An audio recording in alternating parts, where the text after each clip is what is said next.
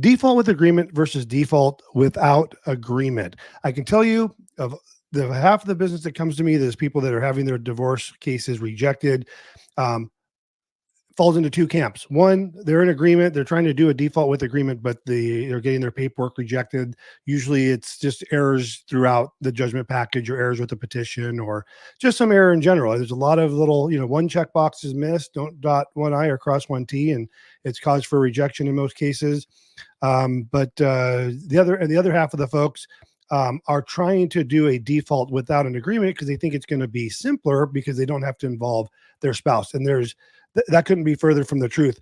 For those clients, I can tell when they call me and we have a consultation about their judgment being rejected, and I can see the multiple rejects.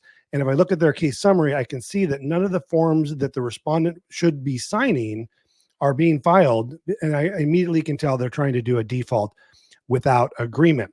And in those cases, I'll say, first thing I'll tell them on the consultation is, will they sign off? And they'll say, yeah, they're in agreement. I just didn't think to bother them, or there would be an issue to not involve them.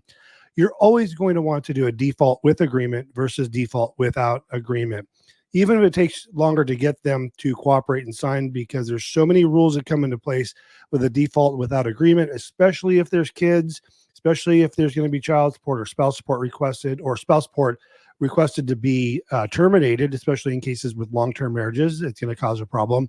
Default with agreement, you guys get to call the shots. You get to have a settlement agreement. You don't have to divide all your property equally. You get to call the shots on custody. If you want no child support, that's fine. If you want no alimony, that's fine.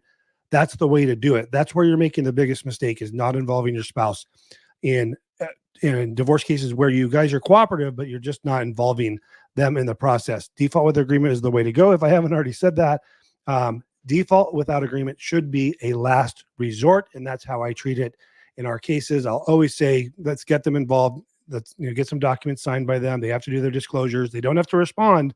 That's why it's called default without agreement.